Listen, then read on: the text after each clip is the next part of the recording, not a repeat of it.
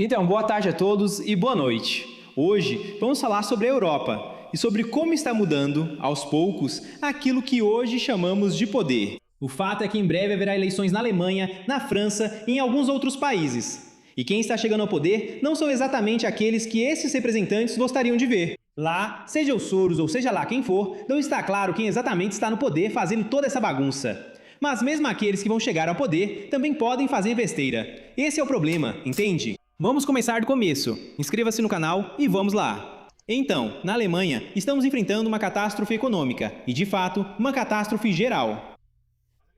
A agência de análise de crédito prevê que, devido à dívida pública da Alemanha, que está entre 60% e 65% do PIB, é possível que haja uma queda na classificação de crédito. Além disso, no orçamento de 2027, Berlim planeja gastar quase 30% com a manutenção das fábricas. Para um país tão rico, isso não é nada bom. Por isso, a Alemanha pode perder sua classificação de crédito máxima. Aliás, lembro que, se não me engano, foi em 2002 ou 2004 que houve uma situação parecida, mas não era tão complicada assim. Ou seja, aqui é uma questão praticamente decidida. A agência informou que a classificação do país, segundo nos dizem, pode estar em risco se os indicadores econômicos da Alemanha ficarem significativamente abaixo das nossas previsões. O que significa a redução da classificação? Isso significa um aumento nas taxas de juros dos títulos do governo. Atualmente, a dívida está em 65%, o que é significativamente maior do que na Holanda, na Suécia e especialmente na Dinamarca. Lá é apenas 25%, 27%. Os Estados Unidos naturalmente têm o dobro, mas como Washington é atualmente pelo menos um hegemon global, está perdendo sua posição, mas lentamente. Por isso, ainda existem alguns mecanismos de influência sobre a situação interna. Quando falo do Estado, quero dizer os Estados Unidos. Já a Alemanha tem menos chances. No próximo ano, no orçamento de 2027, a Alemanha planeja gastar 629 bilhões de euros, dos quais 196 bilhões serão destinados ao serviço de novas dívidas. As finanças estão em situação difícil, como nos mostram, e os gastos com dívidas estão crescendo rapidamente. Em 2026, 30 bilhões. Em 2027, 42. Em 2030, 81. Só mais um pouco. E essa parábola sobre como um certo Rajá, ou talvez não Rajá, mas um padishá, ao que me parece, perdeu no xadrez para um simples representante do povo. Quando ele pediu, olha, que tal você me dar tanto arroz quanto couber no tabuleiro? Primeiro, colocamos um grão de arroz na primeira casa, 2 grãos na segunda, 4 na terceira, 16 na quarta e assim por diante. No final, esse padishá ficou furioso, porque não havia tanto arroz em toda a terra. O serviço da dívida pública é mais ou menos esse jogo. O economista alerta que só é possível resolver os problemas com reformas, mas o tempo está passando. E se o chanceler Merz não fizer nada, naturalmente o tempo vai passando, passando e passando. O exemplo da Grécia deve mostrar à Alemanha que não importa apenas o nível da dívida, mas também a confiança dos investidores. Se a dívida aumenta rapidamente e a economia não se desenvolve, as consequências podem ser muito complicadas. Dívidas altas também ameaçam as economias dos cidadãos alemães. O Banco Central Europeu mantém as taxas de juros baixas para não agravar a crise da dívida para o Estado. Por isso, os depositantes continuarão recebendo juros baixos. Bem, pelo menos eles continuarão recebendo, porque daqui a pouco vai começar a inflação. E depois, para quem se lembra, existe esse fenômeno chamado hiperinflação. Quando você recebe o salário de manhã, que poderia ser suficiente para o mês inteiro, mas à noite você vai e compra só um pãozinho com esse dinheiro.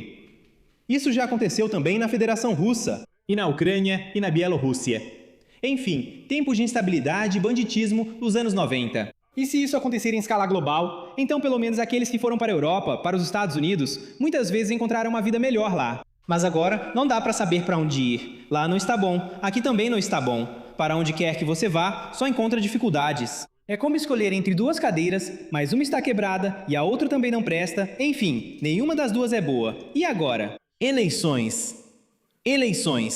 Todos os candidatos se esforçaram ainda mais. E aqui na Alemanha temos um novo não um novo partido, mas a perspectiva de que um novo partido chegue ao poder. É o AfD, que nunca esteve no poder antes e aos poucos está ganhando cada vez mais apoiadores. Olhando para o que fazem aqueles que estão no poder, as pessoas tentam escolher algo diferente. Mas aqui, aliás, vale um aviso. Na Ucrânia também escolheram assim. E muita gente, inclusive eu, não gostava do Poroshenko. Eu, por exemplo, saí da Ucrânia assim que esse personagem começou a comandar lá. E depois veio Zelensky, por quem ficamos muito felizes, até mesmo na Rússia. E se você não acredita, assista ao meu outro vídeo. Lá tem a Escaberva falando do quanto ele é legal. E Celebre fala o quanto o Zelensky é legal. E no final o que aconteceu? Muita coisa mudou, mas não foi exatamente para o lado que a gente queria. E com esses partidos de direita e esquerda, pode acontecer a mesma coisa. Eles aparecem com declarações populistas. Parar a migração, proteger o país dos imigrantes, melhorar a economia. E depois, de repente, vão dizer: ah, vocês sabem, a situação na Europa é complicada. A guerra está se aproximando. Vamos gastar mais dinheiro com a guerra. E aqui precisamos apoiar a Ucrânia e os imigrantes. Vamos pegar mais alguns milhões da Síria. Lá vamos formar unidades militares com eles. Aqui, no geral, não ficaria muito feliz com a chegada de alguém novo. Mas, por outro lado, parece que não há escolha. Enfim, a situação é extremamente complicada. Nos dizem que, em primeiro lugar, o espaço Schengen será fechado se esse tal AfD chegar ao poder. E o problema começa na fronteira da Alemanha, Alice Weidel. Nós vamos fechá-la, vamos sair do espaço Schengen para que pessoas como os Stealth nem consigam entrar aqui.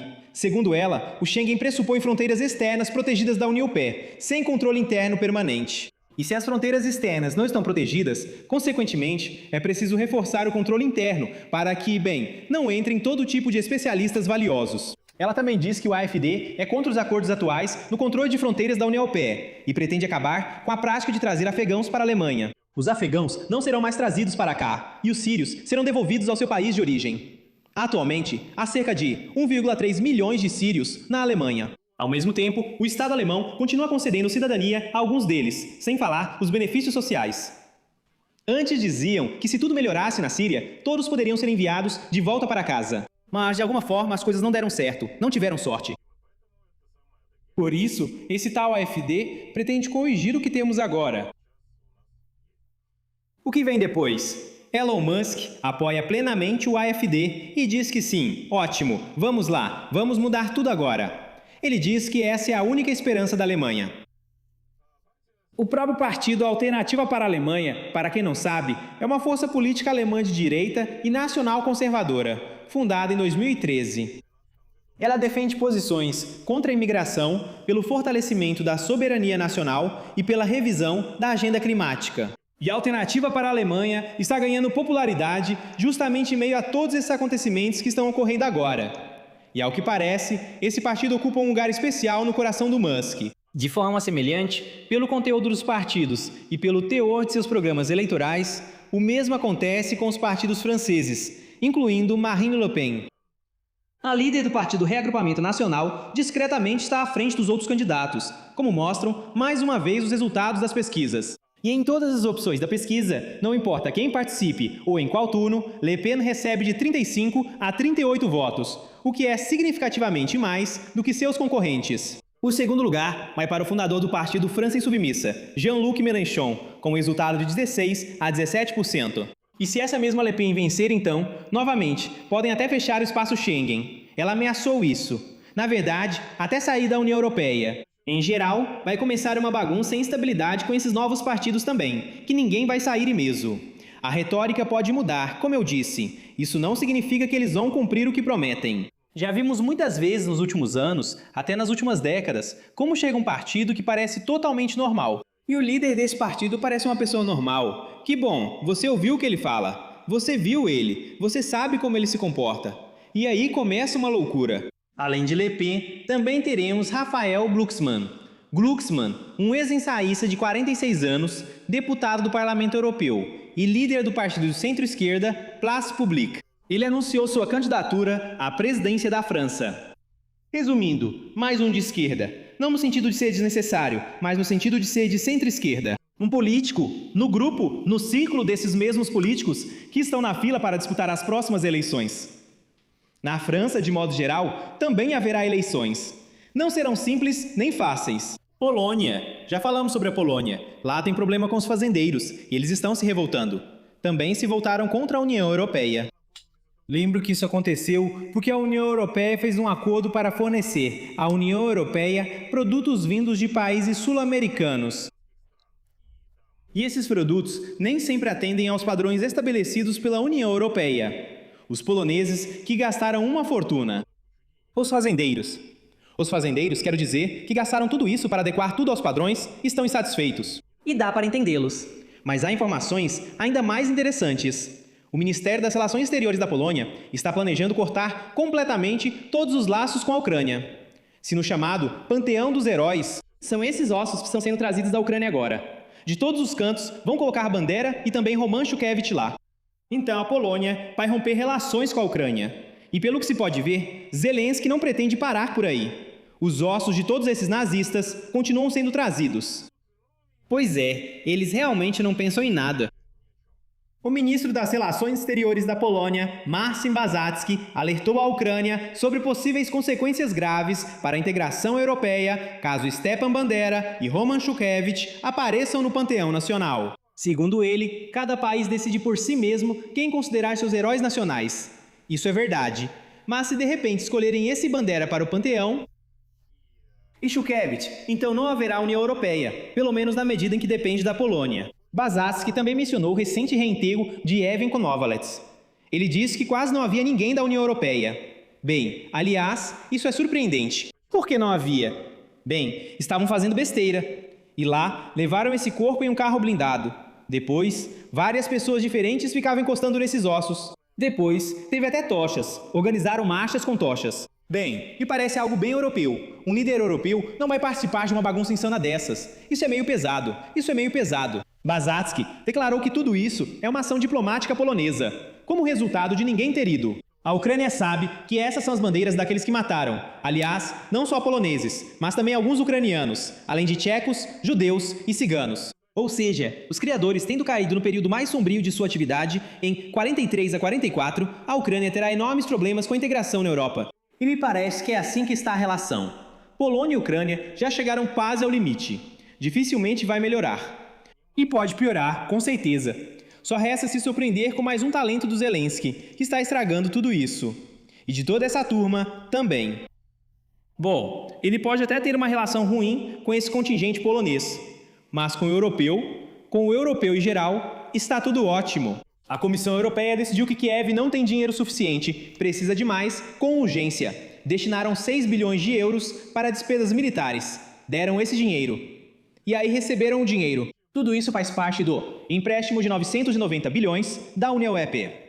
Eu não ficaria surpreso se ele se transformasse em um de 900 bilhões. E esse é o novo repasse que está sendo liberado.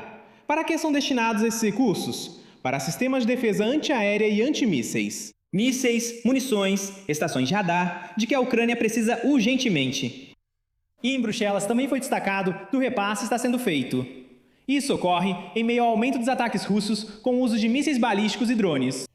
No geral, está tudo animado, tudo é necessário, o dinheiro está sendo liberado, o dinheiro está circulando. E além disso, a Europa está se militarizando urgentemente, como já disse várias vezes.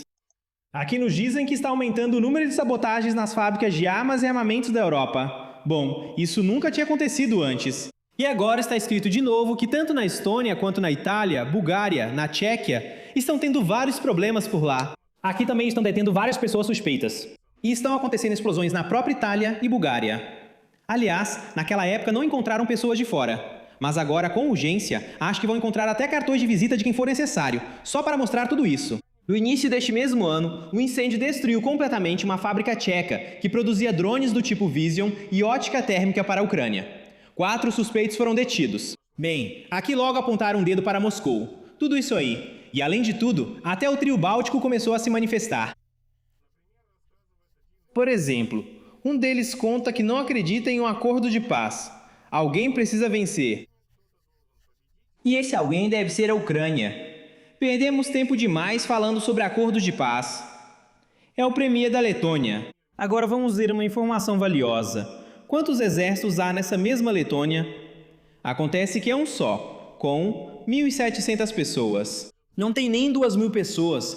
Ou seja, pelo que entendi, uma companhia limpa os banheiros, outra companhia os enche. Tem alguns ciclistas que vão buscar zugrufka ou vodka para todo mundo, seja lá o que eles bebem por lá. E talvez até tenha um veículo blindado, de transporte de tropas. Para ser sincero, eu não sei. Escreva aí o que tem de arma importante por lá. Ou melhor, nem escreva, senão depois vão dizer que isso tudo é culpa de alguém. Ou do Zelensky, ou do Putin, ou de mais alguém.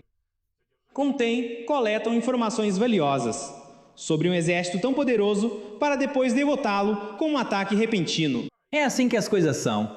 E tudo isso ainda se soma aos problemas ecológicos. Quero dizer, a mudança climática. O mesmo a redução do nível dos rios navegáveis.